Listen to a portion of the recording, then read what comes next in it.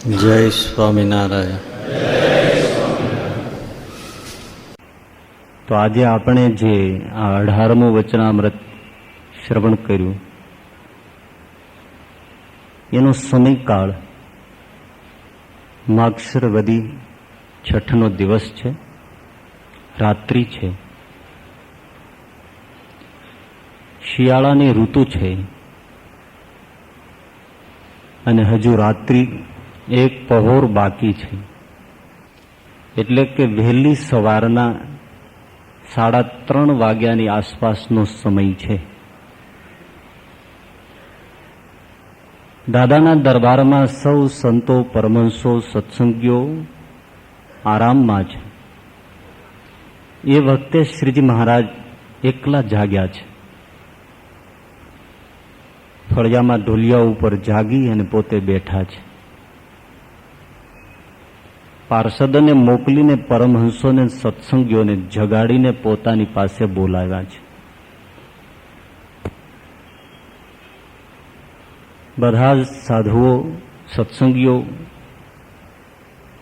તત્કાળ નિદ્રાનો ત્યાગ કરીને મહારાજની પાસે આવી સત્સંગ સભામાં ગોઠવાઈ ગયા. મહારાજને શું કહેવું હશે આટલી વહેલી રાત્રિએ? બધા જ ચંદ્રની સામે ચકોર જોઈ રહે એમ મહારાજના મુખ કમળ સામે જોઈને બેઠા છે. પણ બને છે એવું કે મહારાજ કંઈ બોલતા જ નથી. ઘણો સમય આવી રીતે વ્યતીત થઈ જાય છે. આ વચનામૃતમાં જ આવ્યું કે મહારાજ ઘણી વાર સુધી વિચારી રહ્યા છે. મહારાજને જરૂર કંઈક કહેવું છે, પણ અતિશય ઊંડા ઉતરી ગયા છે. તો જે અતિશય વિચારવાન થઈ ગયા છે, ઘણીવાર સુધી વિચારી રહ્યા છે, એનો અર્થ જ એ છે કે આ અતિશય ગંભીર અને મહત્વની વાત જરૂર છે. એટલી બધી મહત્વની છે કે એ અતિશય ગંભીરપણે વિચારી રહ્યા છે. પછી મહારાજ એમ બોલ્યા કે સાંભળો, હું એક વાત કહું છું.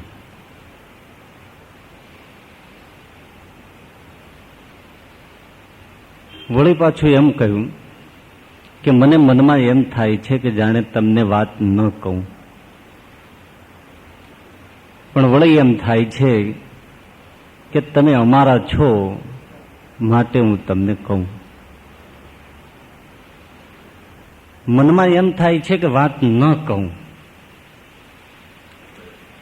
આ અકળ કારણ છે. એવું એમને કેમ થયું કે મનમાં એમ થઈ જાય કે વાત જાણે નથી કહેવી? ઘણા કારણો હોઈ શકે. કદાચ કોઈ નારાજગી પણ હોય, આગલા દિવસોની કોઈ નારાજગી હોય, અથવા તો જે વાત કહેવાની છે એનો અર્થ સમજવાને બદલે કંઈ અવળો અર્થ જો સમજાઈ જાય એવી ભીતિ હોય તો પણ મનમાં એમ થાય કે વાત નથી કહેવી. પણ એ બાબત અકળ રહી જાય છે. એ કારણોસર કંઈ ભેદ મળતો નથી. કારણ કે એવી કોઈ વાત ખાસ કરીને મહારાજે નથી કહી કે જેથી કરીને અર્થનો અનર્થ સર્જાય અને જે કહેવા જેવી ન હોય. જે વાત કરી છે એ કહેવા જેવી જ છે અને એ વાતનો અનર્થ થાય એવું જરાય પણ નથી. છતાં શા કારણોસર અટક્યા છે એ કંઈ ફોડ પડતો નથી. પણ જરૂર એટલું કહી શકાય કે છેલ્લું વાક્ય જે બોલ્યા કે અમને એમ થાય છે કે તમે અમારા છો માટે વાત કહીએ. આની પાછળનો એક બહુ સુંદર ભાવ છે. આપણે કોઈને એમ કહીએ કે ભાઈ આમ તો આ વાત કહેવા જેવી નથી, પણ તું મારો છે ને એટલે હું તને કહું છું. ત્યારે એ વાત સામાના હૃદયમાં બહુ ઊંડે સુધી ઉતરી જાય છે. એમ શ્રીજી મહારાજે એવું તીર ખેંચ્યું છે કે શ્રોતાઓના છેક તળ સુધી ઉતરી જવું જોઈએ. પોતાના બનાવી અને જે મીઠા શબ્દો કહેવા એ ગુરુએ હંમેશા ખ્યાલ રાખવા જેવો હોય છે. તો મમ ભાવ પેદા કરીને મહારાજે એક વાતનો પ્રારંભ કર્યો. બીજો અતિશય ગંભીરપણે રહીને જે વાતનો પ્રારંભ કર્યો, એટલે આ વચનામૃત અતિશય મહત્વનું છે. એનું કથાવસ્તુ જોતા પણ લાગે છે કે અતિશય મહત્વનું છે. પણ એવા જ આપણે છીએ કે આ વચનામૃતને મહત્વ બિલકુલ આપ્યું ન હોય એવું પણ દેખાય છે. બીજા ઘણા વચનામૃતો લઈને સૌ સત્સંગીઓ સંતો ચોંટ્યા હોય છે, પણ આ વચનામૃતને કોઈ જલ્દી ઉખેડતા નથી. તો મહારાજે હજુ વાતનો એવો સરસ પાયો બાંધ્યો કે જુઓ, બહાર તો ગમે તેટલી ઉપાધિ હોય તોય એનો મનમાં અમને જો સંકલ્પ ન હોય તો જરાય ખરખરો નથી. એટલે ઉપાધિ હોય બહાર ગમે તેટલી. ઉપાધિ એટલે શું છે? પદાર્થોનો યોગ છે, પ્રવૃત્તિનો યોગ છે, વ્યવહારનો યોગ છે, પંચ વિષયનો યોગ છે, સ્ત્રીયાદિકનો પ્રસંગ છે. એ બધી ઉપાધિ છે. એ ગમે તેટલી હોય પણ મનમાં જો સહેજે એ બાબતનો રાગાત્મક અંશ ન પેઠો હોય તો કોઈ વાંધો નથી. અને જો સહેજ પણ કંઈક અંશ દેખાય, મનમાં ઘાટ સંકલ્પ દેખાય, તો એ ત્યાગ કરીએ ત્યારે નિરાશ થાય એવો અમારો સ્વભાવ છે. એક બહુ સાધક ભાવે આ વાત કરી,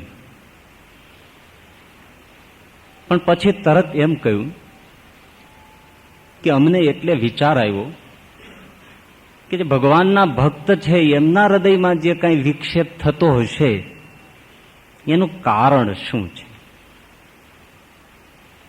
ભગવાનના ભક્તનું અંતઃકરણ છે એ ઢોળાઈ જાય છે, વાસનાઓના તરંગો ઉઠવા માંડે છે, અંતઃકરણ અતિશય મેલું થઈ જાય છે, અસ્થિર થઈ જાય છે, અશાંત થઈ જાય છે, તપી જાય છે, અને વૃત્તિઓ કંઈ કાબુમાં રહેતી નથી.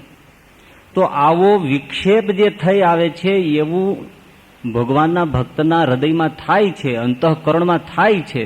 તો એનું કારણ શું હશે એનો અમે તપાસ કર્યો. તો શ્રીજી મહારાજે કહ્યું કે અમે એની તપાસને માટે મન સામું જોયું, બુદ્ધિ સામું જોયું, ચિત્ત સામું જોયું અને અહંકાર સામે જોયું. આ ચાર અંતઃકરણ છે. તો ચારે અંતઃકરણની સામે અમે નજર કરીને જોયું તો એ અંતઃકરણ વિક્ષેપનું કારણ નથી. હા, વિક્ષેપ જે થાય છે એ અંતઃકરણમાં થાય છે, પણ પાછું એનું કારણ અંતઃકરણ નથી.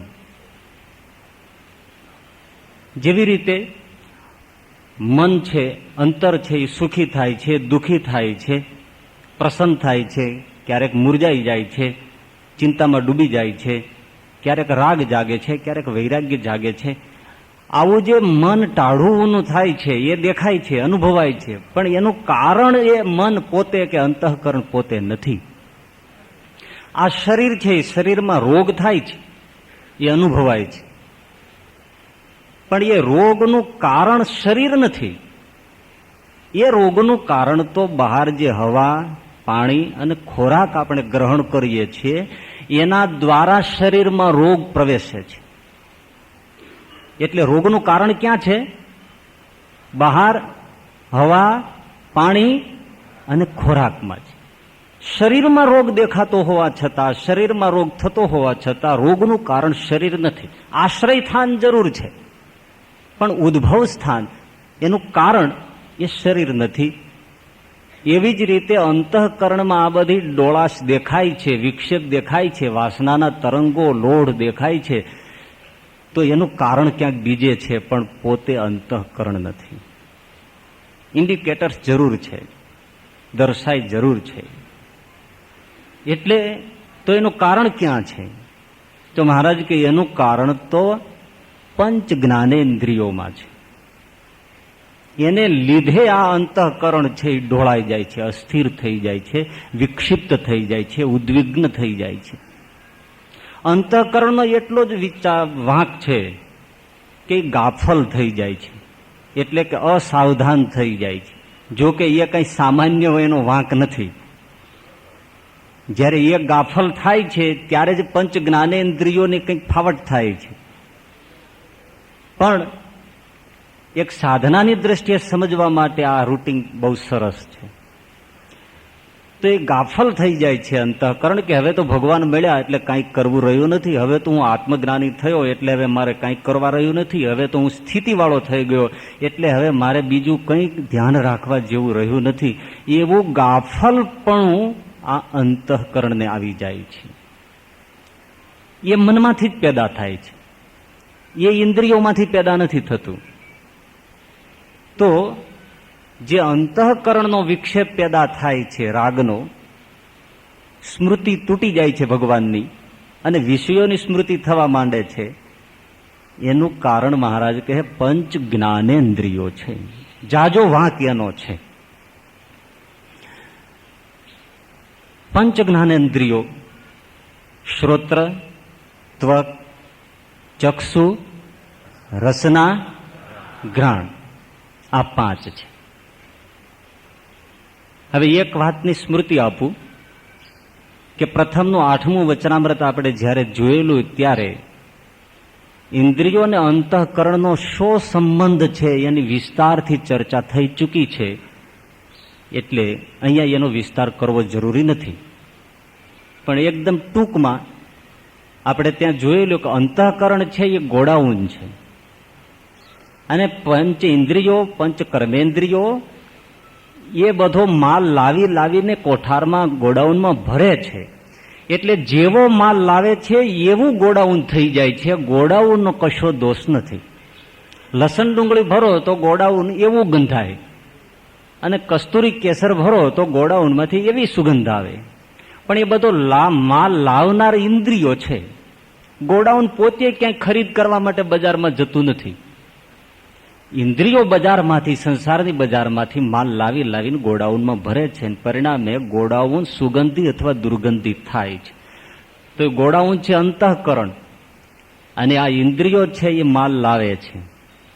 એમાં માલની પસંદગી આ પંચ જ્ઞાનેન્દ્રિયો કરે છે કે આ લેવા જેવું છે, અને માલને ઉપાડીને લાવવાનું કામ પંચ કર્મેન્દ્રિયો કરે છે. એ ઢોરની જેમ ભાર વહન કરે છે અને આવી રીતે માલ ભરાય છે. તો પંચ જ્ઞાનેન્દ્રિયો એ વિષયોનો એવો કંઈક માલ લાવે છે જેથી કરીને અંતઃકરણ ડોળાઈ જાય છે. મધ્યના બીજા વચનામૃતમાં પણ મહારાજે સુંદર રીતે સમજાવ્યું છે કે વિષયોની ઉત્પત્તિ એ અંતઃકરણમાંથી નથી. એ તો ઇન્દ્રિયો દ્વારા એ અંદર આવે છે અને વિષયો ભરાય છે. જેવી રીતે બહાર ટાઢ તડકાનો અનુભવ થાય શરીરને, પછી એ ટાઢ તડકો શરીરની અંદર પેસી જાય ત્યારે આપણે એને કહીએ છીએ કે એને લૂક લાગી ગઈ છે, એને હિમ લાગી ગયું છે. પણ પહેલા બહાર બધો અનુભવ થાય છે અને પછી શરીરમાં ઉતરી જાય છે.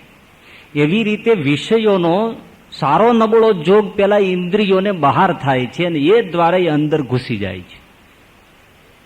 તો આ રીતે અંતઃકરણ અને ઇન્દ્રિયોનો જોડ છે.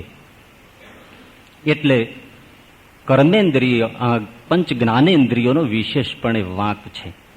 સમજી લઈએ કે એક સરસ મજાનું સ્વચ્છ નીર ભરેલું સરોવર હોય પાણીનું. હવે એમાં ગટરનું પાણી ભળે તો શું થાય? જે સ્વચ્છ, નિર્મળ અને પવિત્ર જળ હતું એ પવિત્ર જળ ગંદુ થઈ ગયું અને દુર્ગંધયુક્ત થઈ ગયું, કારણ કે ગટરનું પાણી ભળી ગયું. એવી રીતે આ પંચ જ્ઞાનેન્દ્રિયો છે એ પંચ વિષયનો ખરાબ કચરો લાવીને આ અંતઃકરણ શાંત છે એમાં નાખે છે.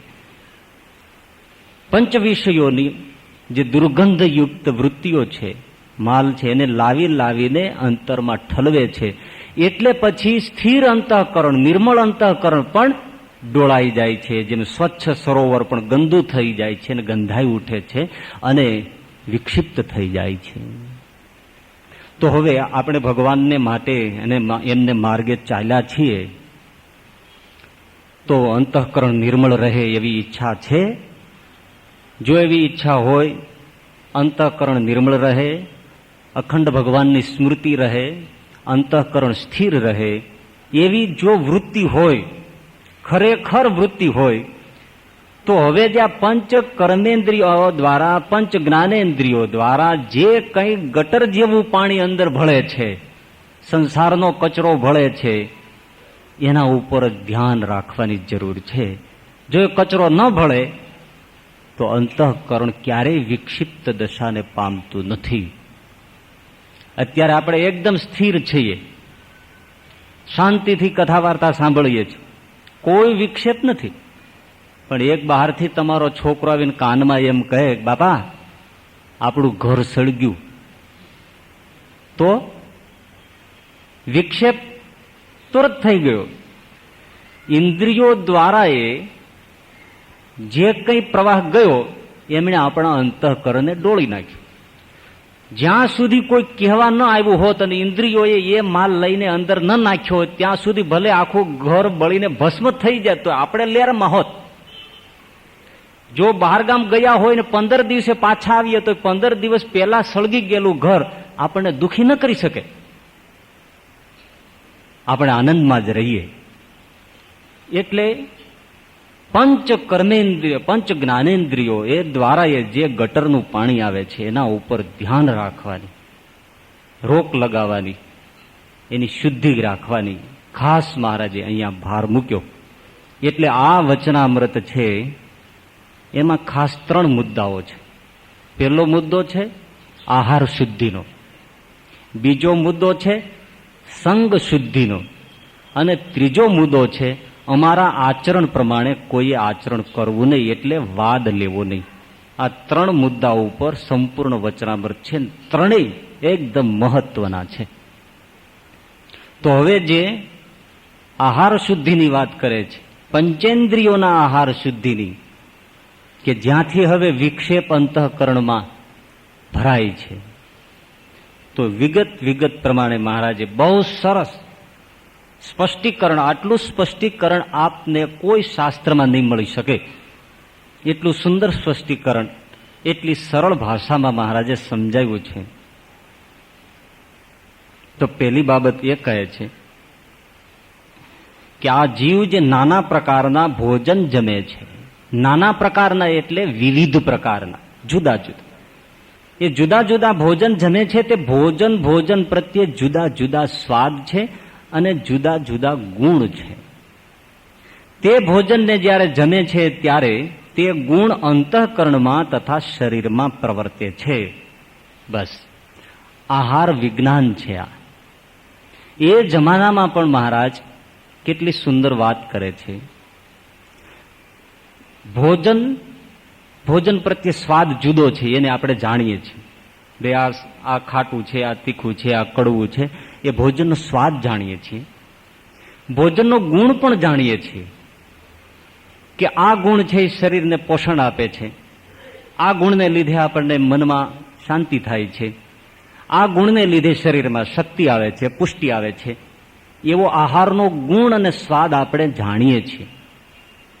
પણ એમાં સમજવા જેવું એ છે કે આહારમાં સ્વાદ છે અને આહાર પ્રત્યે ગુણ પણ છે. ઉપલબ્ધ જાણીએ છીએ શરીરગ્રસ્ત. કઈ રીતે? કે આપણને સરસ મજાનું કોઈ સ્વાદિષ્ટ ઠંડુ પીણું આપે તો એકદમ શરીરમાં ઠંડક થાય છે અને આપણે જાણીએ છીએ અને અનુભવીએ છીએ, અને સ્વાદ પણ સુંદર આવે છે, અને આપણે એમ કહીએ છીએ કે બહુ સરસ છે, વધારે લાવો, મજા આવી. તો શરીરમાં ગુણ પ્રવર્ત્યો. મહારાજે શબ્દ વાપર્યો છે કે આહારનો ગુણ અંતઃકરણમાં અને શરીરમાં પ્રવર્તે છે. આપણે શરીરમાં પ્રવર્તે છે એટલું જ જોઈ શકીએ છીએ અને અનુભવી શકીએ છીએ. અંતઃકરણનો જે ફેરફાર થાય છે એને આપણે જોઈ શકતા નથી, અને મોટા ભાગના એને માનતા પણ નથી. પણ આ એક સૂક્ષ્મ વિજ્ઞાન છે. શરીરમાં શીતળતા આવી, પેટમાં ઠંડક આવી, એવી જ રીતે મન પણ, માનસિક પણ શાંતિ થાય છે. માનસિક જે શાંતિ થાય છે એને અંતઃકરણને બહુ ફરક છે. માનસિક શાંતિ થાય છે એ પણ ફિઝિકલી છે, એ શરીરનો અંશ છે. જેને બ્રેઇન કહી શકાય પણ માઇન્ડ અલગ વસ્તુ છે. એમ મન જે વિચારો છે એમાં ફેરફાર થાય છે ત્યાં સુધી આ ડીપ છે.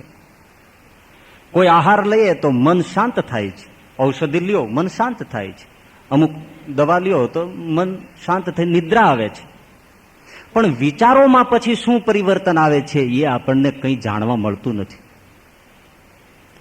ઉષ્ણ મસાલાવાળો તીખો તેજ ગરમ ખોરાક લઈએ તો શરીરમાં પેટમાં દાહ આવે છે અને શરીર ગરમ થઈ જાય છે, એ આપણે અનુભવીએ છીએ. મરચું ખવાઈ ગયું હોય તો એકદમ ધુમાડા નીકળી જાય છે, આંખોમાંથી પાણી આવવા માંડે છે, આંખો લાલ થઈ જાય છે, સુસવાટા બોલવા માંડે છે, પાણી ઉપર પાણી પીવા માંડીએ છે. એ આપણે જાણીએ છીએ. એ મનનો પણ એટલે કે મસ્તિષ્કનો ફેરફાર થયો છે. પણ એ અંતઃકરણ પણ ફરી જાય છે. એના માટે એક સુંદર એક દ્રષ્ટાંત આપ્યું કે લીલાગર ભાંગને જો પ્રભુનો ભક્ત હોય તોય પીવે તો એને કેફે કરીને વર્તમાનની પણ ખબર રહે નહીં, પ્રભુના ભજનની પણ ખબર રહે નહીં. આ એકદમ સોલિડ દ્રષ્ટાંત આપ્યું. લીલાગર ભાંગ એટલે કે સમજો દારૂ પીએ કોઈ તો એના શરીરમાં પણ ફેરફાર થઈ જાય છે.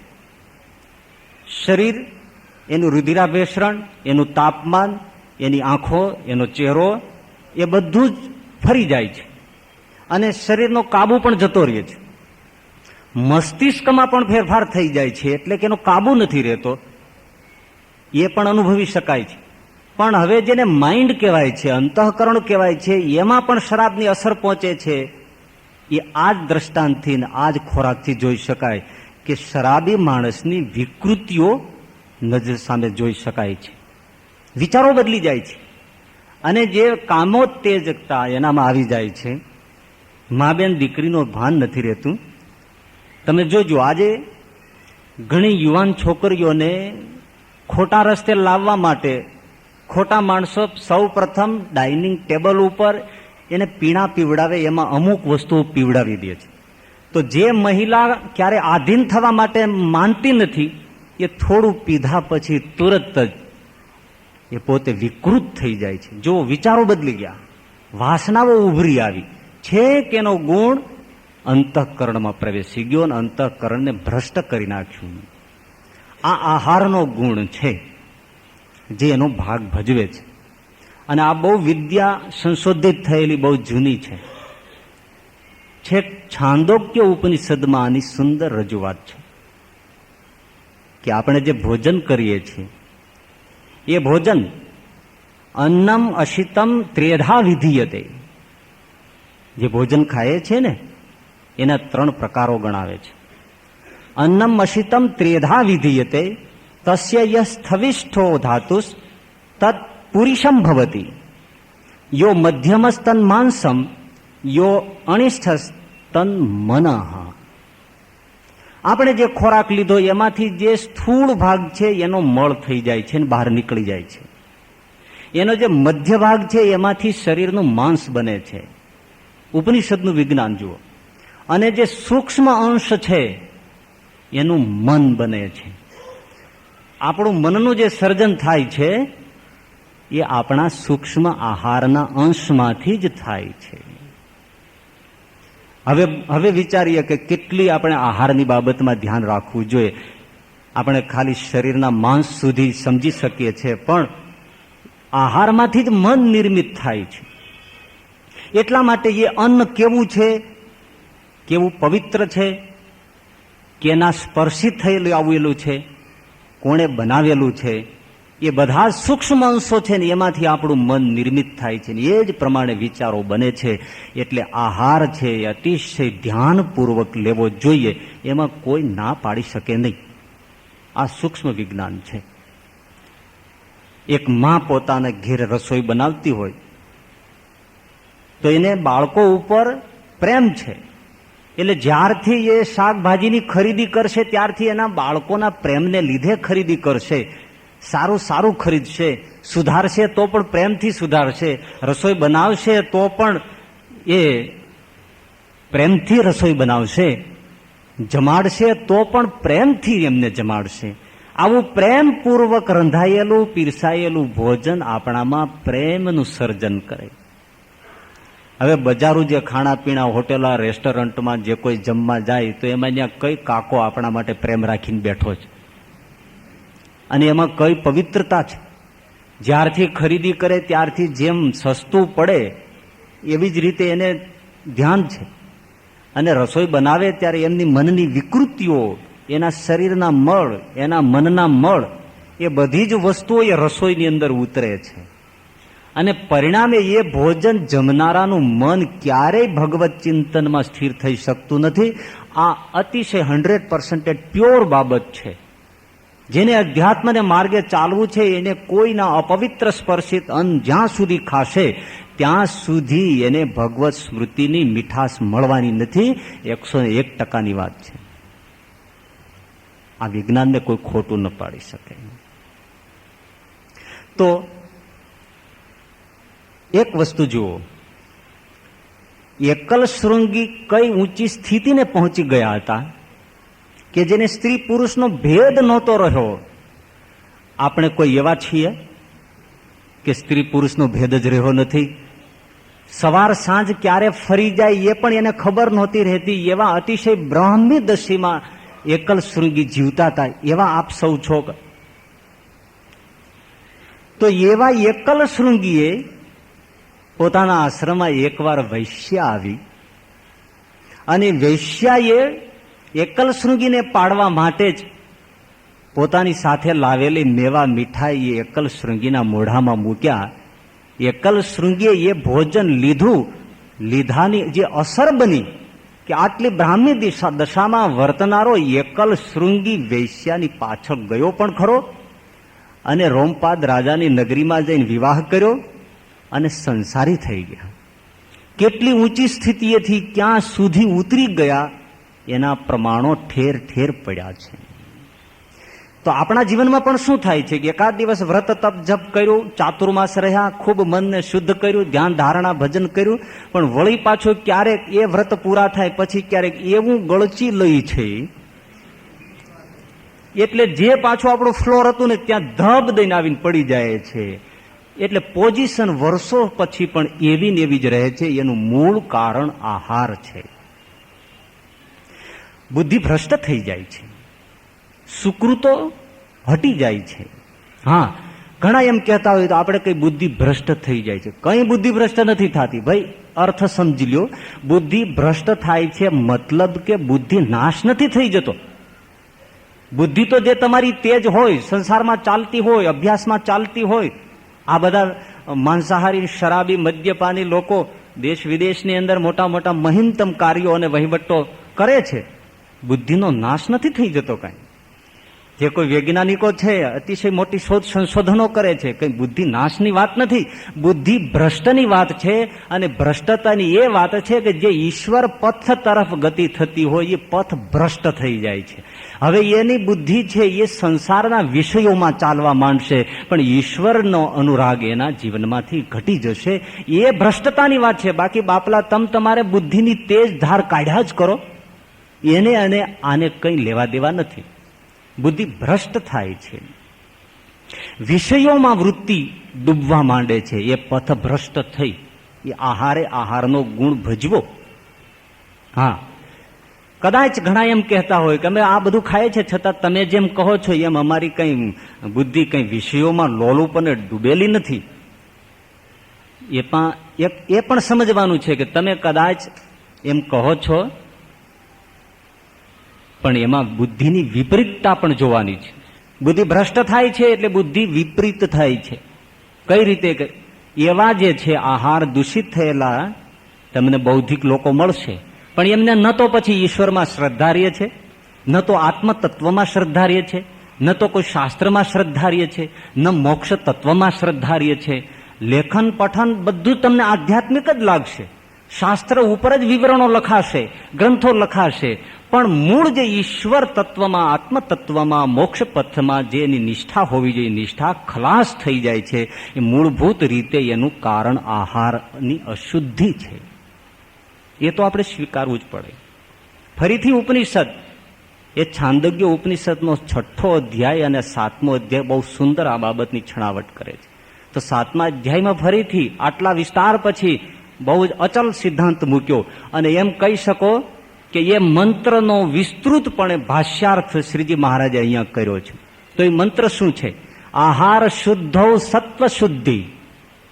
સત્વ શુદ્ધિ એટલે અંતઃકરણની શુદ્ધિ. આહાર શુદ્ધિથી અંતઃકરણની શુદ્ધિ થાય છે.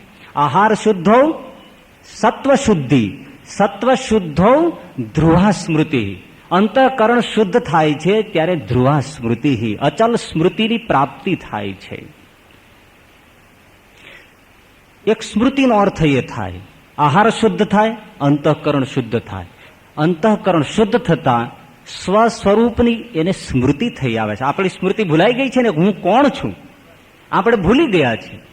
પણ જેટલી જેટલી આહારની શુદ્ધિ થતી જાય છે એટલો માણસને આત્મ તત્વ તરફ પાછો ફરે છે અને પોતાની ખોવાયેલી સ્મૃતિને તુરંત પ્રાપ્ત કરે છે. ઓહો, હું તો બ્રહ્મ તત્વ છું, બ્રહ્માહમ કૃષ્ણ દાસોસ્મી, ભગવાનનો ભક્ત છું. આવી સ્મૃતિને પ્રાપ્ત કરે છે, ભગવત સ્મૃતિને પ્રાપ્ત કરે છે. આ આહાર શુદ્ધિનો પાયો છે. તમારે ચિંતનાત્મક પૂર્વક જેટલું લખવું હોય એટલું લખી શકો છો. બુદ્ધિ નાશની વાત નથી, બુદ્ધિ ભ્રષ્ટતાની વાત ઉપનિષદની વિદ્યા કરે છે અને એ જ વિદ્યાની વાત શ્રીજી મહારાજ કરે છે. પણ શાસ્ત્રની અને જે સત્ય ઔપનિષદિક જે વિદ્યા છે એની આપણે મનન ચિંતન કરીએ છીએ. જેને જિજ્ઞાસા છે અને ભગવાનને માર્ગે આગળ વધવું છે એના માટે તો મહારાજે ના પાડી દીધી છે કે હું જે વાત કહું છું એ વાત પ્રમાણે જે વર્તશે એ જ મુક્ત થશે. બીજો કોઈ રસ્તો જ નથી, કોઈ ડોર બીજું નથી. પછી ભલે તમે 4 વેદ ભણી જાઓ, ષટશાસ્ત્ર, સાંખ્ય, યોગ, ન્યાય, મીમાંસા આદિ ભણી જાઓ, 18 પુરાણ ભાવ એટલે શ્રીમદ ભાગવત સહિત 18 પુરાણને ભણી જાઓ, કે પછી મહાભારત જેવા ઇતિહાસને ભણી જાઓ, સંપૂર્ણપણે ભણી જાઓ, એનું શ્રવણ કર્યા કરો, એના સંપૂર્ણ અર્થને જાણી જાઓ, છતાંય પણ મુક્ત નહીં થાવ. કોઈ મુક્ત નથી થયો અને કોઈ થશે પણ નહીં. મુક્ત થવું હોય તો આ એક જ રસ્તો છે. એ કયો? કે જે હું કહું છું એ જ, એ પ્રમાણે જે આચરણ કરશે એ જ મુક્ત થશે. જે કોઈ થયા છે એ આ પ્રમાણે જ રહીને થયા છે. એવી હું સત્ય મહત્વની વાત કહું છું.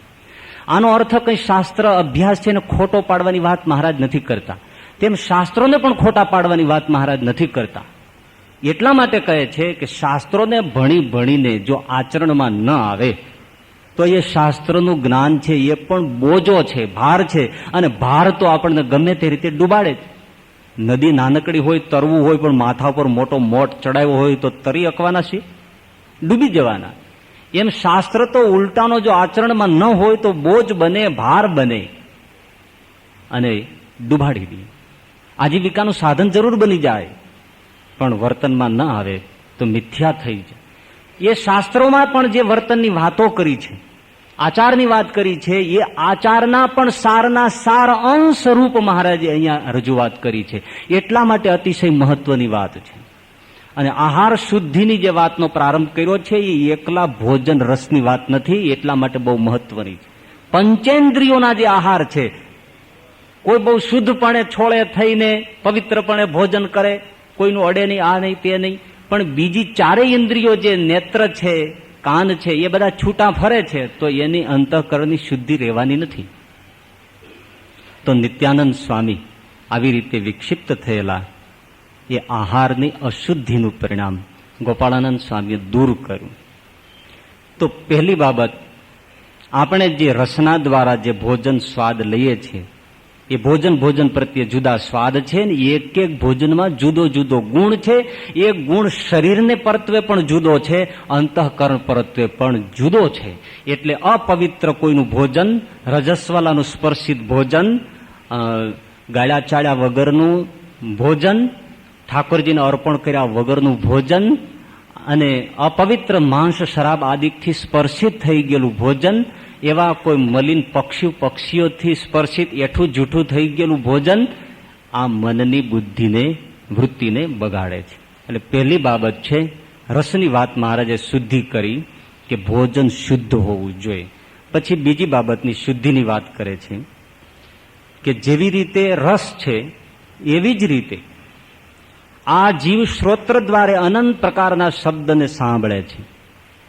તે શબ્દના પણ અનંત પ્રકારના ગુણ જુદા જુદા છે. તે જેવો શબ્દ સાંભળે તેવો જ અંતઃકરણમાં ગુણ પ્રવર્તે છે.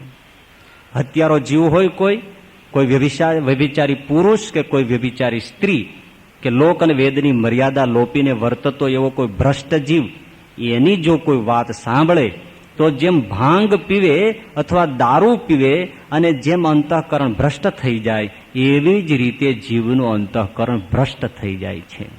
આ શબ્દ તો શબ્દે એનો સ્વાદ પણ અલગ છે એમ કહી શકાય, અને ગુણ પણ અલગ છે. અમુક શબ્દ સાંભળીએ તો આપણે હસી પડીએ છીએ, અમુક શબ્દ સાંભળીએ છીએ આપણે તો રડી પડીએ છીએ. આ શબ્દોના બધા ગુણ છે. એક શબ્દ ઔષધ કરે, એક શબ્દ કરે ઘાવ, હસાવે, રડાવે, ચિંતામાં મૂકે. આ બધા શબ્દો છે એની અસર છે. એટલે આવા પાપી પુરુષોના જે શબ્દો સાંભળવા, એનાથી આપણી બુદ્ધિ વિકારી જ થવાની. જે લોકો વિષયાભિલાષી છે એમની પાસે બેસીને એમની વાતો સાંભળીએ એટલે આપણને દેવ મંદિર કે ભગવતની સ્મૃતિ થાય ખરી. અશ્લીલ ગીતોની કેસેટો વાગતી હોય અને અશ્લીલ ચર્ચાઓ થતી હોય, એ શ્રવણ કરવાથી કોને ભગવાનની સ્મૃતિ રહે? ગાંડા થઈ જાય છે.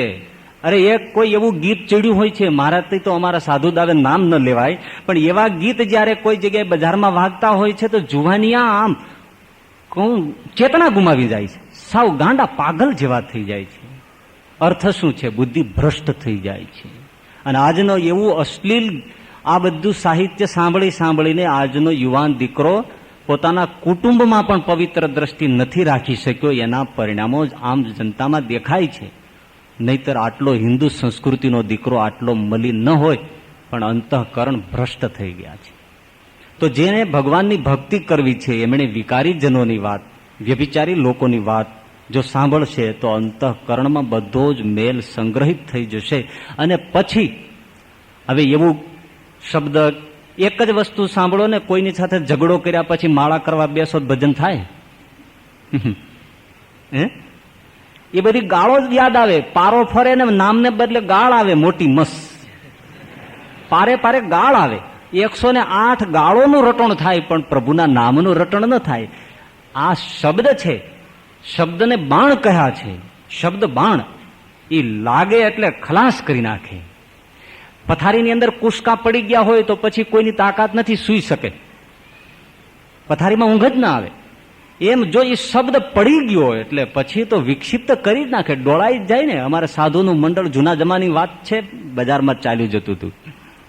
તો બન્યું એવું, આગળ મોટા સાધુ હોય, પછી એનાથી મધ્યમ કક્ષાના હોય, પછી નાના બચોડા હોય. આવી રીતે સંત મંડળ ચાલતું હોય છે હંમેશા. જેમ હાથીનું મદગજ જેમ ટોળું જતું હોય તો વડીલો આગળ હોય, પાછળ પછી નાના મદનિયા હોય. એમ આ સંત મંડળ જતું હતું.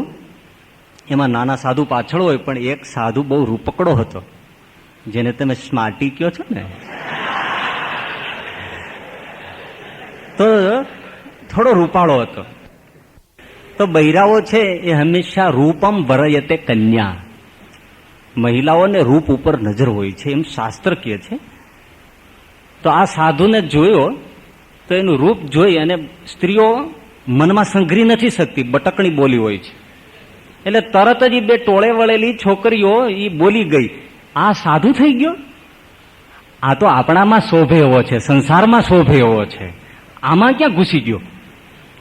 આ શબ્દ બીજા કોઈ સંતોને કાને તો ન ગયા, પણ આ પાછળ હતો ને એના માટે ઉચ્ચારાયા, એના મનમાં એ આવી ગયા. ઓહો, હું તો સંસારમાં શોભું એવો છું, હે, અને હું આમાં ખોટો આવી ગયો છું. બસ માંદો પડી ગયો, મનથી માંદો પડી ગયો અને સંસારની વાસના લાગી ગઈ. જો એક શબ્દ એના અંતઃકરણને ભ્રષ્ટ કરી નાખ્યું. આસને ગયા, ઉતારા થયા, મંદિરે રહ્યા, રાત પડે, સાંજનું જમવાનું થયું છે, પણ ના, મારે નથી જમવું, પાથરીને સૂઈ ગયો. ગુરુએ જઈને બોલાવ્યો કે ભાઈ તું જમી લે થોડું. તો કે ના, મન મજા નથી. મજા કઈ નથી, એ તો એ રામ જાણે ભાઈ. એક દિવસ ગયો, બીજો દિવસ ગયો, પણ આમથી આમ પડખા ફરે, અસ્વસ્થ, ખાઈ પીએ નહીં, મનમાં મૂંઝારો, કહું મારે ઘરે જતું રહેવું છે, પરણવું છે, હું તો સંસારને યોગ્ય છું, અહીંયા ખોટો ભરાયો છું. 2-3 દિવસ સુધી સંતો મથે પણ પેલો બોલે નહીં. શું છે?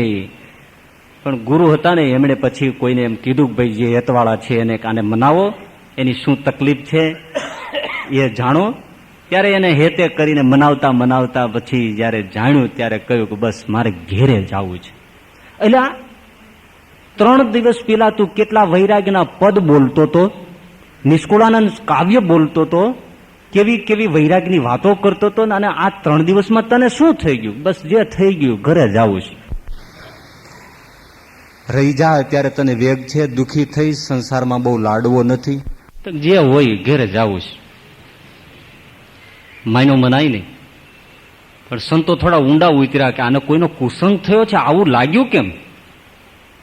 એ મનાવતા મનાવતા છેલ્લે એમ વાત નીકળી કે આવી રીતે આ બહેનો બોલ્યા અને મને આ જરા મનમાં લાગી ગયું છે, એટલે હવે મારે તો સંસારમાં જવું છે, જવું છે ને જવું છે. સંતોએ ખૂબ મનાવ્યા, પણ એ સાધુરામ રહ્યા નહીં, સંસારી થયા, ઘરે બારે પણ થયા અને સંસારમાં ડૂબી ગયા. એક શબ્દ અંતઃકરણને પથભ્રષ્ટ કરી નાખે. આ વચનો ખોટા નથી. એટલે કાન એવી ચીજ છે કે જેને બંધ કરવી બહુ તકલીફ છે. આંખને બંધ કરી શકાય, ડોર આપ્યા છે, પણ કાન એવો છે કે એની અંદર તો શબ્દ જાય ને જાય જ. ઘણી વાર આપણે ન સાંભળવું હોય ને કાનમાં આંગળી નાખીએ ને તો ધીમું ધીમું પણ સંભળાય તો જાય જ. એટલે બહુ મુસીબત છે. એટલે અંતઃકરણને પવિત્ર રાખવા માટે બહુ જ જાળવવાની જરૂર. તે બીજી બાબતની, બીજો આહાર જે ઇન્દ્રિયનો, એક ભોજનનો રસનાનો, બીજો શ્રોત્રનો આહાર શબ્દ, અને હવે ત્રીજી બાબતની શુદ્ધિની વાત કરે છે.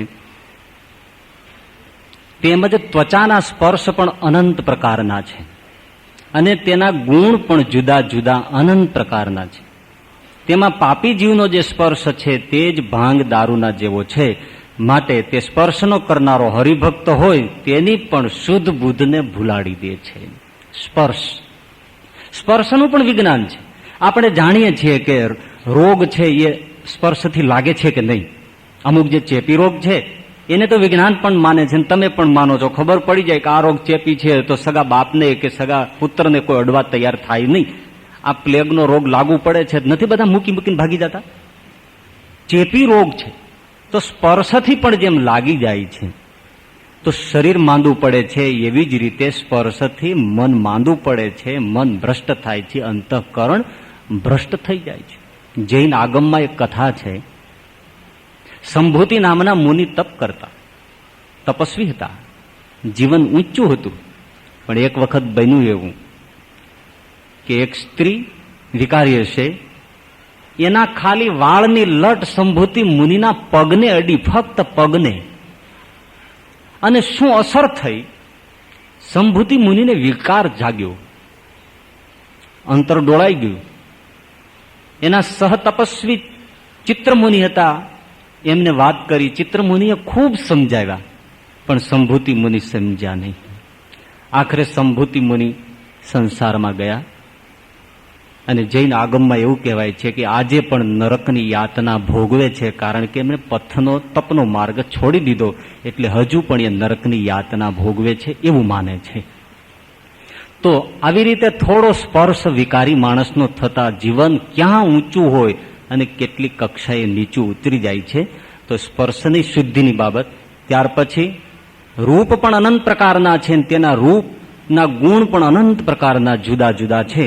કોઈ ભ્રષ્ટ જીવ હોય અને તેનું જો દર્શન થયું હોય તો જેમ ભાંગ તથા દારૂ પીધે ભૂંડ થાય તેમ જ તે પાપીના દર્શનના કરનારાનું ભૂંડું જ થાય છે અને બુદ્ધિ ભ્રષ્ટ થઈ જાય છે.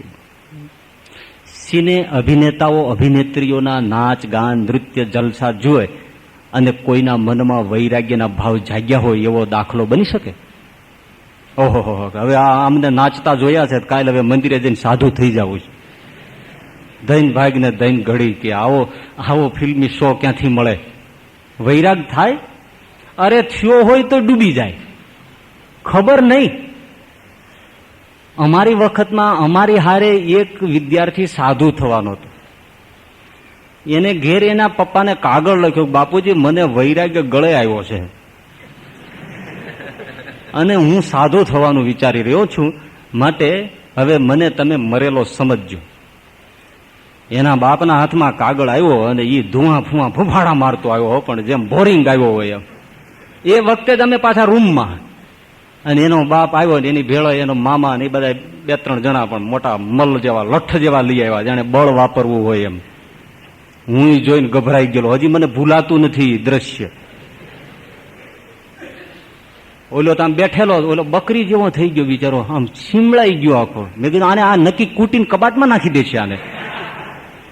હાલે હટ, ઉભો થા. નથી આવવું, નથી આવવું. આ સાધુનો જગ્યા છે એટલે મારતો નથી. એક પાટું માર્યું ને તો ઉભો કરી દીધો. ચાલ, એના મામાને કે આને ઉપાડ અને હલકામાં હલકી જ્યાં ફિલ્મ હાલતી હોય ને એમાં લઈ જાય હાલ આને.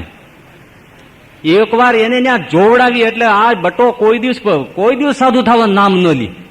એ ગામડાના આતાને ખબર છે ફિલ્મ જોયા પછી કોઈનો વૈરાગ રહેતો, અને ફિલ્મમાં લાખ. એ ત્યારથી મને યાદ છે. તો આવી રીતે વિકારીજનોના દ્રશ્યો જોયા પછી વૈરાગ્યના ભાવ આવે નહીં, રાગના જ ભાવ આવે, અંતઃકરણ ભ્રષ્ટ થઈ જાય છે. એ વાત હકીકત છે. અજામિલ પવિત્ર બ્રાહ્મણ હતો, અતિશય પવિત્ર, અતિશય વેદકાંડી, કર્મકાંડી, વેદપાઠી, માતૃભક્ત, પિતૃભક્ત, કે જેનું નામ લેવાથી આપણે પવિત્ર થઈ જાય એવો અજામિલ પવિત્ર બ્રાહ્મણ હતો. પરંતુ યજ્ઞ નિમિત્તે સમિધ લેવા જંગલમાં ગયો અને એના કર્મ સંજોગે બન્યું શું કે એ જંગલમાં એક વૈશ્યા વિકારી પુરુષની સાથે વિહાર કરતી હતી. હવે એના તો એકાંત જંગલમાં એના હાવભાવનું તો કોઈ ઠેકાણું હોય નહીં.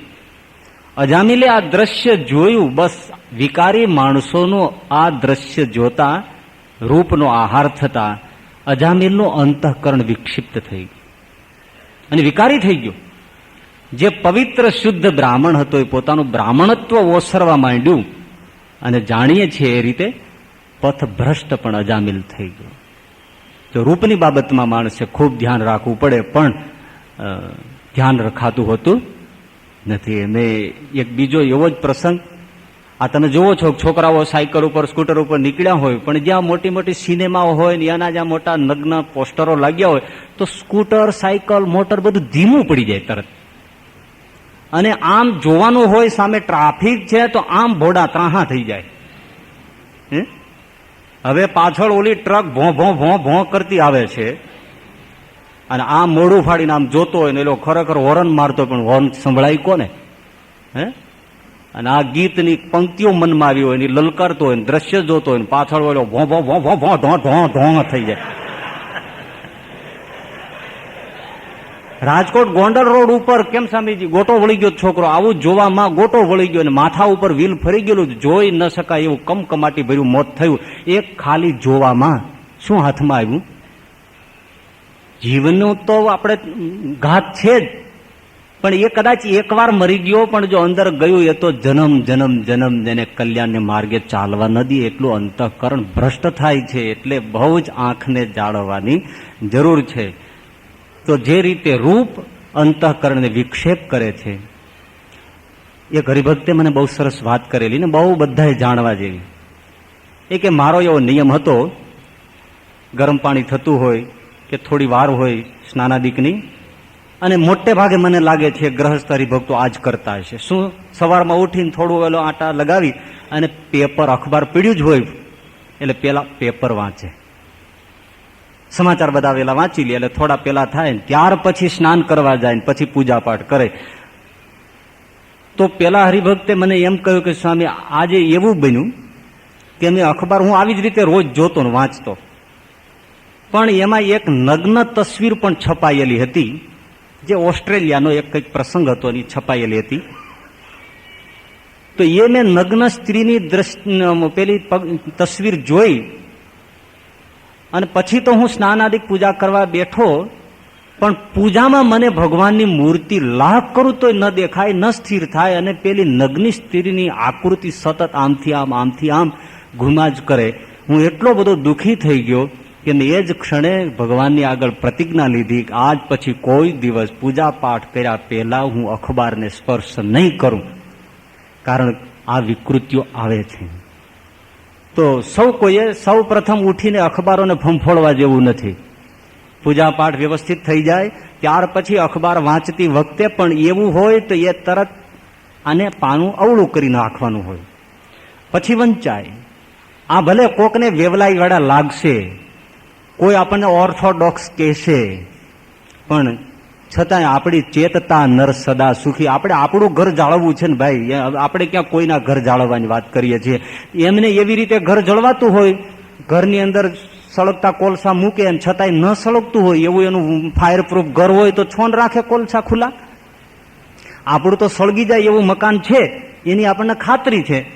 તો આપણે તો આ જ રીતે વ્યવસ્થિત રીતે સંકોચ અને સંયમપૂર્વક દ્રષ્ટિ રાખીને જ આંખનો આહાર થાય તો જ ઉગરાય, નહીતર ઉગરી શકાય નહીં.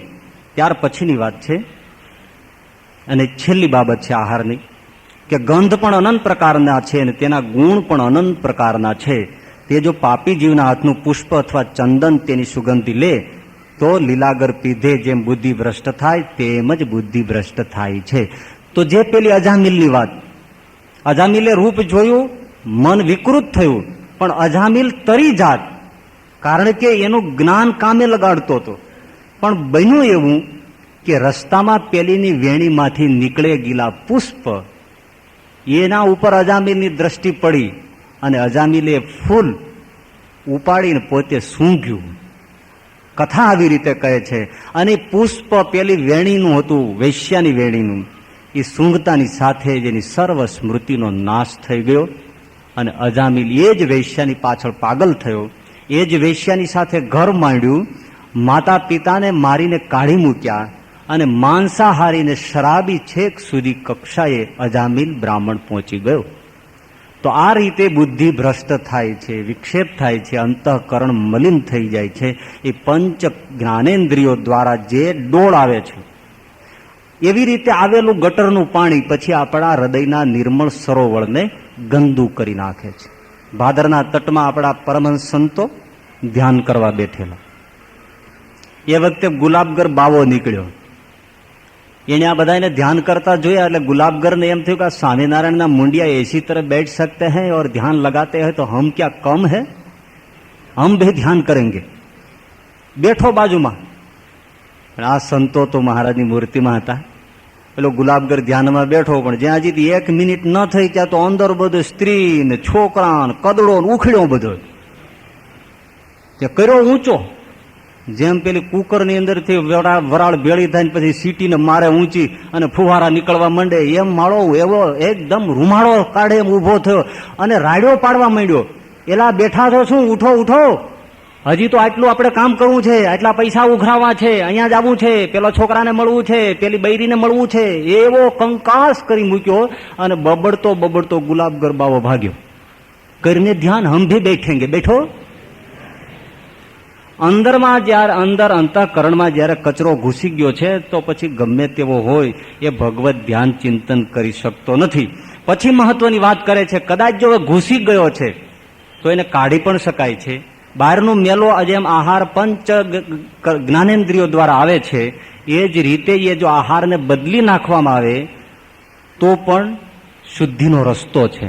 એની વાત મહારાજ ટૂંકમાં સમજાવે છે, આપણે લઈ લઈએ કે જેવી રીતે પાપી જીવના હાથની આ વસ્તુઓ અંગીકાર કરે છે અને બુદ્ધિ ભ્રષ્ટ થાય છે, એમ ભગવાન અને ભગવાનના સંત એમના જે વિષય ભોગ છે એને ગ્રહણ કરે, પવિત્ર વિષય ભોગ, તો જીવનું અંતઃકરણ શુદ્ધ થઈ જાય છે. જે શબ્દ વિકારીજનોના સાંભળ્યા છે એને બદલે હવે એ બંધ સાંભળવું કરી ભગવાન અને ભગવાનના સંતના શબ્દો સાંભળે. ભગવત કથા એ પણ પવિત્ર પુરુષોના મુખે સાંભળે. અંતઃકરણ શુદ્ધ થઈ જાય. જેમ પેલાથી મલિન થઈ જાય છે એમાં જેમ તાકાત છે તો આમાં પણ અનંત ગણી તાકાત છે. ઉપલેટાના નથુભાઈ બારૈયાના ઘરમાં આપણા પરમહંસ સંતો બેઠા બેઠા કીર્તન બોલતા હતા રાતના સમયે. એ વખતે ઉપલેટાનો વેરોભાઈ, ભયંકર હત્યારો, ખૂંખાર ડાકુ જેવો માણસ કે જેનું નામ લે છોકરા છાનારી, એ વેરાભાઈ આખું ગામ એનાથી ત્રસ્ત, પાપી ગણાય. એને બજારમાંથી નીકળવાનું થયું, પણ અહીંયા નથુભાઈના ઘરમાં પરમહંસ સંતો કીર્તન બોલતા. દર્શન નહોતું સંતનું, સંતો કીર્તન બોલતા હતા, એ શબ્દો ખાલી વેરાભાઈના કાનમાં પડ્યા. એ શબ્દ કાનમાં પડ્યા એટલામાં ઉભા રહી ગયા અને અંતઃકરણ સાફ થઈ ગયું. ઓહો, આવા કોણ નિર્મળ સંતો છે, ભગવાનના આવા ગુણાનુવાદ ગાય છે, જે કોઈ હિસાબે સુધરી ન શકે એવો ભારાડી માણસ પરોક્ષ રીતે ખાલી કાનમાં ભગવત ગુણ કીર્તન એક સંતોના કંઠમાંથી ગયા. બોલાવ્યા વગર વેરાભાઈ એ હરિભક્તના ઘરમાં પ્રવેશ કર્યો. પેલા લોકો તો છક થઈ ગયા, માર્યા આ અહીંયા ક્યાંથી? પણ જયારે જાણ્યું કાં તો ભાવથી આવ્યા છે, બહુ ખુશ થયા. આગળ બેસાડ્યા, માન સન્માન આપ્યું, સંતોએ કીર્તન રાખ્યા અને એમની પૃચ્છા કરી. વેરાભાઈને મીઠા બે શબ્દો કહ્યા અને વેરાભાઈ સત્સંગી થયા. તમામ દૂષણો ધોવાઈ ગયા અને એવા સત્સંગી થયા કે જેના વખાણ ખુદ શ્રીજી મહારાજ અને પરમહંસો કરતા થાકતા નહીં, એવા સત્સંગી બન્યા. એક શબ્દના શ્રવણથી અંતઃકરણ શુદ્ધ થઈ ગયું. તો જેવી રીતે મલિન થાય છે વિકારીઓથી, એવી જ રીતે સંતોની વાણીથી અંતઃકરણ શુદ્ધ થાય છે અને સ્પર્શે કરીને પણ મતિ ઉત્તમ થાય છે. ભગવાન અને ભગવાનના સંત, એમની જે ચરણ છે, એમની જે ચરણની રજ છે, વર્તમાનની આડ રાખીને આ કરવાનું છે. બીજા પવિત્ર થાય એટલા માટે બૈરાઓ હોય કે એવા હોય તેને સાધુએ પગ લાંબા નથી કરવાના, લ્યો અડી લ્યો શુદ્ધ થઈ જાઓ, એવી રીતે પવિત્ર નથી કરવાનું. મર્યાદા, વર્તમાનની મર્યાદા, સ્ત્રી પુરુષની પોતાના વર્ણાશ્રમની મર્યાદા રાખીને આ ચરણ સ્પર્શ અને ચરણ રજનો સ્પર્શ લેવાનો છે. નિજ શ્રી ગુરુ ચરણ સરોજ રજ, પોતાના ગુરુજનોના ચરણની જે રજ છે, કેટલી સરસ તુલસીદાસજીએ વાત કરી. શ્રી ગુરુ ચરણ સરોજ રજ નિજ મનુ મુકુર સુધારી. મુકુર એટલે અરીસો, મનરૂપી અરીસો સાફ કરવો છે. શેનાથી? સંતજનના ગુરુજનોના ચરણની રજથી. ભાઈઓ વિચાર કરો કે હંમેશા અરીસો છે એ રજથી મેલો થાય, ચોખ્ખો થાય. ધૂળથી અરીસો ઉલટાનો ડસ્ટી થઈ જાય, ગંદો થઈ જાય, એને સાફ કરવો પડે. પણ તુલસીદાસજી કે ના ના ના, એ લૌકિક અરીસામાં એવું થાય છે, પણ આ જે મારું મનરૂપી મુકુર રૂપી આપણું અંતરરૂપી અરીસો છે, એ તો જેમ જેમ સંતોની રજ પડે એમ એમ ચોખ્ખો થતો જાય છે. માટે સંત રજનો, ભગવાન મંદિરોની રજનો અતિશય મહિમા છે કે એ રજ આપણે આંખે અડાડીએ છીએ એટલા માટે કે અમારું મનરૂપી અરીસો શુદ્ધ થાય, સ્પર્શથી શુદ્ધ થાય છે. અને ભગવાન અને મોટા સંત એમના દર્શને કરીને પણ અંતઃકરણ પવિત્ર થઈ જાય છે. દર્શન માત્રથી વિકારીઓથી વિકાર જાગે અને પવિત્ર પુરુષોના દર્શનથી વિકારોનો નાશ થઈ જાય, અંતઃકરણ શુદ્ધ થઈ જાય. લોધિકાના જી બાપુના દીકરા યુવાન યભલસિંહ બાપુ, અભયસિંહજી દરબાર કુછંદે છોડી ગયા, બાપનો સત્સંગ મૂકી દીધો અને શિકારી બની ગયા. પિતા એના માટે આંસુ સારે, છતાં અભયસિંહ જરાય માનતા નથી. જંગલમાં જઈને ભાઈઓની સાથે, મિત્રોની સાથે મૃગયા કરવી, આવું એનું કાર્ય થઈ ગયું. એકાદશીના દિવસો કે એવા વ્રત પણ કંઈ ગણે નહીં. પિતા અતિશય દુઃખી છે. એમાં મેંગણીમાં ગોપાલાનંદ સ્વામી આવ્યા. એમની પાસે જઈને જીભાઈ રડી પડ્યા. છોકરાને ખૂબ કહ્યું હતું કે તું મેંગણી આવજે, સ્વામી આવ્યા છે દર્શન કરી જા, પણ છોકરાએ ઇનકાર કર્યો, મારે બાવલિયાઓ પાસે નથી આવવું. આટલો વિરોધ પડી ગયેલો. એટલે જીભાઈ એકલા જઈને મેંગણી મળેલા. સ્વામી આગળ ધ્રુસકે ધ્રુસકે રડે છે અને વાત કરે છે કે સ્વામી, મને ભગવાને આવો દીકરો કેમ આપ્યો? એના કરતા દીકરો ન હોય તો હું સુખથી ભજન કરું.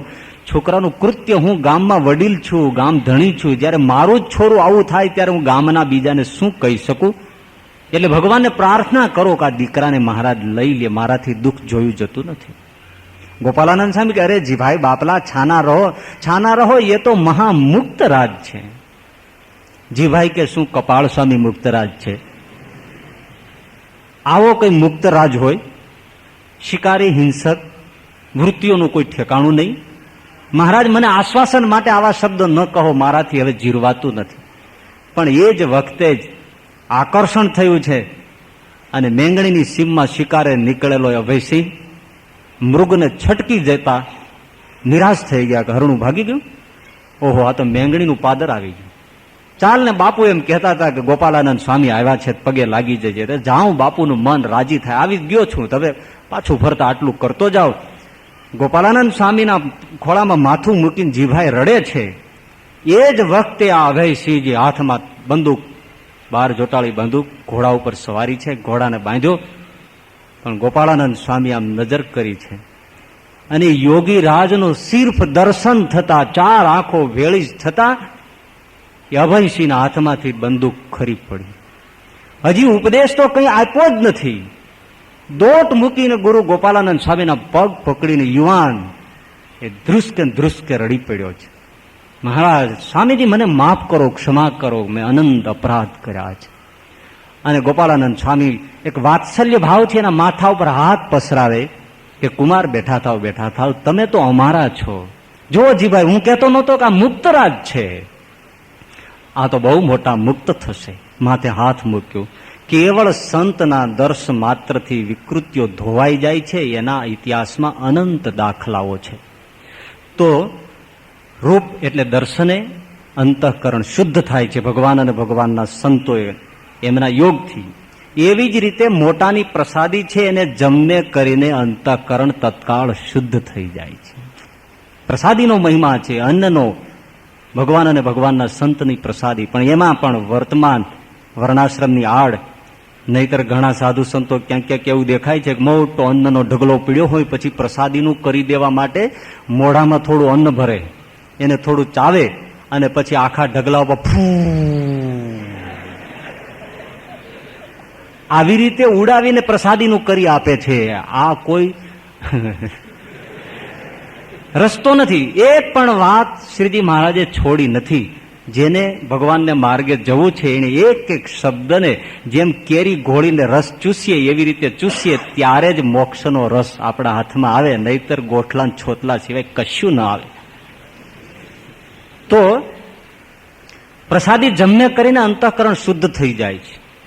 શ્રીજી મહારાજ જયારે તપશ્ચર્યામાં નીલકંઠ વર્ણી વેશે હતા, ત્યારે ફરતા ફરતા હજી લોજ આવવાનું બાકી છે. એ પહેલા વડોદરામાં જે માંડવી 16 સ્તંભનો દરવાજો કહેવાય છે, એ માંડવીના દરવાજાની નીચે મહારાજે સંધ્યા સમયે મુકામ કર્યો.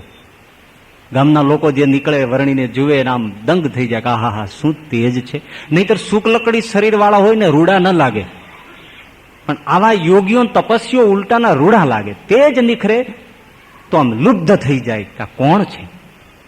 ઘણા લોકો દર્શને આવે, પગે લાગીને જાય. એનો કલબલાટ અને કોલાહલ સાંભળી થોડેક દૂર, એ જ જગ્યાએ થોડે દૂર એક વણિક રહેતો હતો. એનું નામ અમીચંદ શેઠ હતું. એની હાટડી હતી અને સાથે જોડે જોડે ઘર હતું. અમીચંદને થયો કે આ કોલાહલ શેનો છે. સંધ્યા વળી ગઈ હતી, હવે અજવાળા એટલે ફાનસ દીવાબત્તીની જરૂર પડે એવું હતું. એટલે અમીચંદે હાથમાં ફાનસ લઈ અને જોવા આવ્યો કે કોણ છે. બહુ દૈવી મુમુક્ષુ જીવ હશે. તો જોયું તો હવે તો એકલા વર્ણી બેઠા હતા, બીજા લોકો અંધારું થતા હટી ગયેલા. જોયું તો તેજસ્વી વર્ણીને જોયા. અમીચંદે ભાવથી પગે લાગ્યો. અરે મહારાજ, મારા ધન્ય ભાગ્ય છે કે હું ઘર છોડીને આપને પાસે આવ્યો. આ તો ઘોઘવાટા કરતું તીર્થ મારે આંગણે આવ્યું છે. સાંજ પડી છે, ભૂખ્યા હશો. જો બીજા કોઈ માણસે ભોજનનું પૂછ્યું નહીં, આ મુમુક્ષુ છે. મહારાજને પૂછ્યું, મહારાજ કંઈક જમો ને. ભાવ જોઈને મહારાજે કહ્યું, જાઓ, જે કંઈક તૈયાર હોય લઈ આવો જલ્દી, અમારે એના માટે ખોટી નથી થવું. હા મહારાજ. એકદમ દોડ્યાની પત્ની એ પણ ભાવુક, તૈયાર છે કઈ? તો હા, ખીચડી કરી છે. એક ખીચડી છે, લાવો ખીચડી. થાળીમાં ખીચડી, એક વાટકીમાં કટોરીમાં ઘી લીધું અને તરત 2 જણા આવી અને મહારાજની આગળ થાળી મૂકી. મહારાજની જમવાની ચતુરાઈ, ખીચડીને આમ 2 હાથે જરા આમ કુબલી કરી અને આગળની પેલી 2 આંગળીથી પેલી કટોરીમાં નાખી, આમ ઘી લઈ મહારાજે ખીચડીમાં નાખ્યું. ચતુરાઈથી એને ભેળું કરી અને મહારાજ 2 ગ્રાસ ખીચડી જેમાં ફક્ત 2 કવલ તરત ચડું કરી નાખી. અને પેલી સ્ત્રી હતી એમને કહ્યું કે લ્યો આ લઈ જાઓ, પ્રસાદી જમી જાજો. વણિક દર્શન કરે છે, ધીમે ધીમે મહારાજને સમજાવે છે, અમારે ત્યાં નિવાસ કરો. મહારાજ કે અમે કોઈના ઘરમાં રાત વાસો નથી કરતા, અમે તો યોગી છે, અહીંયા જ રહીશ. વણિક દુઃખી હૃદયે પોતાના ઘરમાં ગયો. પણ એ દરમિયાન પેલી સ્ત્રીએ પેલી થાળી આપેલી મહારાજે, એ બધી જ ખીચડી પોતે જમી ગઈ. કથાનો રસ એ છે કે મુમુક્ષુ સ્ત્રી હતી, પણ અતિશય કામ વાસનાથી ભરેલી એની સ્ત્રીની વૃત્તિ હતી. એટલે મહારાજે એની સેવાથી રાજી થઈને એમ કહ્યું કે લ્યો આ લઈ જાઓ ને તમે જમી જાઓ.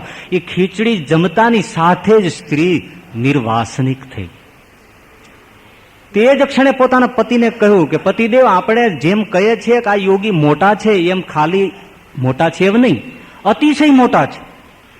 માટે હવે તો વહેલી સવાર પડે ને આપણે પકવાન બનાવીને બ્રહ્મચારીને ઘેર લાવીને, ભલે અહીંયા નથી આવતા પણ ઘેર લાવીને એને જમાડવા છે. આ મારો મનખ્યો છે. આખી રાત સ્ત્રીએ જાગી પકવાન કરતી રહી કે મારે એને જમાડવા છે. એકદમ નિર્મળ અંતઃકરણ વાળી થઈ. સવાર પડ્યું એટલે તરત પતિદેવને મોકલા, જાઓ એ વયા જાય એ પેલા આપણે એને પકવાન જમાડવા છે. અમિતચંદ બહાર આવીને જ્યાં જોયે તો મહારાજ તો બધું તૈયાર કરીને મૃગચર્મ વીંટાળીને ભાગવાની તૈયારીમાં હતા. અમિતચંદે પગ પકડી લીધા, ના મહારાજ જશો નહીં, આ તીર્થ આંગણે આવ્યું છે, હવે અમે તો કોરા રહી જઈએ, એમ ન જવાય, જમીને જાઓ. મહારાજ કે જમાને? અરે મહારાજ 2 કોળિયા ખીચડું ખાધું છે, અમારો મારા ઘરનાનો ભાવ છે, જરા પકવાન જમો. અમારા ઘરમાં હોય તમારા જેવાને કામમાં ના આવે શું કામનું, તમે ન જમો તો અમને નહીં ગમે. મહારાજ કે અમિતચંદ બહુ સેવા કરી છે. ના મહારાજ, કઈ સેવા થઈ શકી જ નથી, સેવાનો લાભ આપો. મહારાજ કે જો અમિતચંદ, તારી સેવા ઘણી લઈશું, બસ અત્યારે અમને જવા દે. અરે મહારાજ કે મારે અવસ્થા થઈ, મારા દેહનો શું ભરોસો છે? તો કે દેહ રાખવો કે ન રાખવો એ મારા હાથમાં છે. તારો દેહ રહેશે નહીં પડે, અમે તારી જરૂર સેવા લઈશું. પણ મહારાજ એવી શું હું સેવા ત્યારે કરી શકીશ? પથારીએ પડી ગયો હોઉં તો હું તમારી શું સેવા કરું? અત્યારે સેવા કરવા જેવો છું તો મારી સેવા સ્વીકારો. મહારાજ કે તારી મહત્વની સેવા લઈશ. અરે એવી મહારાજ કઈ મહત્વની? કે જો તારા ઘરમાં જ લક્ષ્મીનારાયણની મૂર્તિ દટાયેલી પડી છે. હવે એ અમિતચંદ એકલો જાણતો હતો, કારણ કે એના પિતાશ્રીએ સરકારી કંઈક તકલીફને લીધે લક્ષ્મીનારાયણની મૂર્તિઓ જમીનમાં પોતાના ઘરમાં ખાડો કરીને દાટી દીધેલી. એ બાપ અને દીકરો સિવાય કોઈ જાણતું નહોતું. એ મહારાજે કહ્યું કે તારા ઘરમાં લક્ષ્મીનારાયણની મૂર્તિ દટાયેલી છે, એ અમે જયારે જરૂર પડશે ત્યારે 2 સંતોને મોકલીશું, ત્યારે એ સંતો ખોદીને કાઢી અને મૂર્તિ લેવાની માગણી કરશે, તું આપજે. અને એ જ મૂર્તિ કઢાવી મહારાજે વર્ષો પછી, અને આજે વડતાલમાં જે લક્ષ્મીનારાયણ દેવ દર્શન આપે છે એ અમિતચંદ ઘરમાંથી કાઢેલી મૂર્તિ છે. તો નિર્મળ અંતઃકરણ પ્રસાદિતી થઈ જાય છે. છેલ્લી બાબત છે, આ પેરેગ્રાફ પૂરો કરીને જ આપણે છોડવું છે, જાજી વાર નથી. એવી જ રીતે ભગવાનને અને સંતના ચડેલા જે ચંદન પુષ્પ છે એની જે સુગંધ લેવાય. એક અજામિલે પેલાની વેશ્યાની વેણીનું પુષ્પ સૂંઘ્યું મલિન થઈ ગયો. એવી રીતે ભગવાન અને સંતને ચડેલા તુલસી, ચંદન, પુષ્પ એની સુગંધ લેવાય, અંતઃકરણ શુદ્ધ થઈ જાય છે. તો પંચેન્દ્રિય દ્વારા એ આવી રીતે અંતઃકરણને શુદ્ધ કરી શકાય છે અને વિકારીની રીતે અંતઃકરણને ભ્રષ્ટ કરી શકાય છે. એટલે એ વાત કહીને મહારાજે સાર ફરીથી ભાર મૂકે છે, એને જોઈ લઈએ. તે માટે એ પંચ વિષયને સમજ્યા વિના જે ભોગવશે અને સાર અસારનો વિભાગ નહીં કરે અને નારદ સનકાદિક જેવો હશે તેની પણ બુદ્ધિ ભ્રષ્ટ થઈ જશે. તો દેહાભિમાની હોય અને તેની બુદ્ધિ ભ્રષ્ટ થાય તેમાં શું કહેવું? કારણ કે મોટા મોટા યોગીઓ, પારાસર જેવા, સૌભરી જેવા, એકલશૃંગી જેવા, અરે શિવ બ્રહ્માદિક દેવતાઓ જેવા, એની બુદ્ધિ પણ આવી રીતે ભ્રષ્ટ થઈ ગઈ છે. પંચેન્દ્રિયોના આહાર અશુદ્ધ થતા ભ્રષ્ટ થઈ ગઈ છે. એક ખાલી ગ્રહસ્થની યુવાન છોકરીનો હાથ જોતા નારદજીને પરણવાનું મન થાય ને એની કથા શાસ્ત્રોમાં, રામચરિત માનસમાં લખાઈને પડી છે. તો ભ્રષ્ટ થઈ જાય, એવા બ્રહ્મ ભાવને પામેલા ભ્રષ્ટ થઈ જાય છે પરમહંસો. તો પછી હવે દેહનો કીડો છે, દેહની ભાવમાં જ વર્તે છે, દેહ સિવાય જેની કોઈ દ્રષ્ટિ નથી, એની બુદ્ધિ ભ્રષ્ટ ન થાય એમાં શું કહેવાનું? માટે અવશ્યપણે જે ખ્યાલ રાખશે એ જ ઉગરશે, બાકી બીજા ડૂબી જશે. અને આ પંચ ઇન્દ્રિયોનો જે યોગ્ય અયોગ્ય વિચાર કર્યા વિના જે મોકલી મેલશે તેનો અંતઃકરણ ભ્રષ્ટ થઈ જશે. અને પંચ ઇન્દ્રિયો દ્વારા જીવ જે આહાર કરે છે તેને જો શુદ્ધ કરશે તો અંતઃકરણ શુદ્ધ થશે. અને અંતઃકરણ શુદ્ધ થશે જો આવ્યું ઉપનિષદનો સાર. આહાર શુદ્ધ થશે તો અંતઃકરણ શુદ્ધ થશે, અંતઃકરણ શુદ્ધ થશે તો અખંડ ભગવાનની સ્મૃતિ રહેશે. અને જો પંચ ઇન્દ્રિયોમાંથી આહારમાંથી એક ઇન્દ્રિયનો આહાર મલિન થાય છે તો તો અંતઃકરણ મલિન થઈ જાય છે. માટે ભગવાનના ભક્તને ભગવાનના ભજનને વિશે જે કાંઈ વિક્ષેપ થઈ આવે છે તેનું કારણ તો પંચ ઇન્દ્રિયોના વિષય જ છે, પણ અંતઃકરણ નથી. આહાર શુદ્ધો સત્વ શુદ્ધિ એટલે અંતઃકરણની શુદ્ધિ, અને સત્વ શુદ્ધો ધ્રુવા સ્મૃતિ, ભગવાનની અખંડ સ્મૃતિ રહે છે, સ્વસ્વરૂપની અખંડ સ્મૃતિ લાદે છે. અને સ્મૃતિ લંભે, ઉપનિષદ આગળ વાત કરે છે, સ્મૃતિ લંભે સર્વ ગ્રંથિનામ વિપ્રમોક્ષ, બધી જ જે વાસનાઓની ગ્રંથિ છે, હૃદય ગ્રંથિઓ જે કાંઈ છે, મલિન ગ્રંથિઓ છે, વિષયોની જે ગ્રંથિ છે એ નાશ પામી જાય છે. આવું સરસ મજાનો આ આહારના વિજ્ઞાનમાં પડેલું છે. પણ એટલું જ કે આહાર એટલે ખાલી રોટી દાળ ભાતમાં ધ્યાન રાખવું એવું નથી, રસોડાનું જ ધ્યાન રાખવું એવું નથી. ઘણા લોકો વર્ણાશ્રમનું પણ ધ્યાન રાખે છે કે અમે બીજા ઇતર વર્ણમાં જમતા નથી. પણ તમે જે વર્ણનાનો છો, માનો કે તમે બ્રાહ્મણ છો અને બ્રાહ્મણને ત્યાં જમો છો, પણ એ બ્રાહ્મણના આચાર બ્રાહ્મણ જેવા રહ્યા છે? મને 2-3 દિવસ પહેલા જ એક બહુ સારા હરિભગત આવીને મળ્યા કે સ્વામી શું કરું, મારો છોકરો છે એ હરિભક્ત મટી ગયો છે, હવે એ માંસ ખાતો થઈ ગયો છે, એ દારૂ પીતો થઈ ગયો છે, એના ઘરમાં રજસ્વલાના ધર્મ પડાતા નથી. મેં કીધું એવાને ઘેર પાણી પીવું કે ભોજન લેવું એ આપણા અંતઃકરણને ભ્રષ્ટ કરવા બરાબર છે, આપણો એ રસ્તો નથી, પતી ગયું. એટલે વર્ણાશ્રમના ધર્મો ખાલી જાણીએ અને એના આચારને ન જોઈએ તો આહાર શુદ્ધિ રહેતી નથી.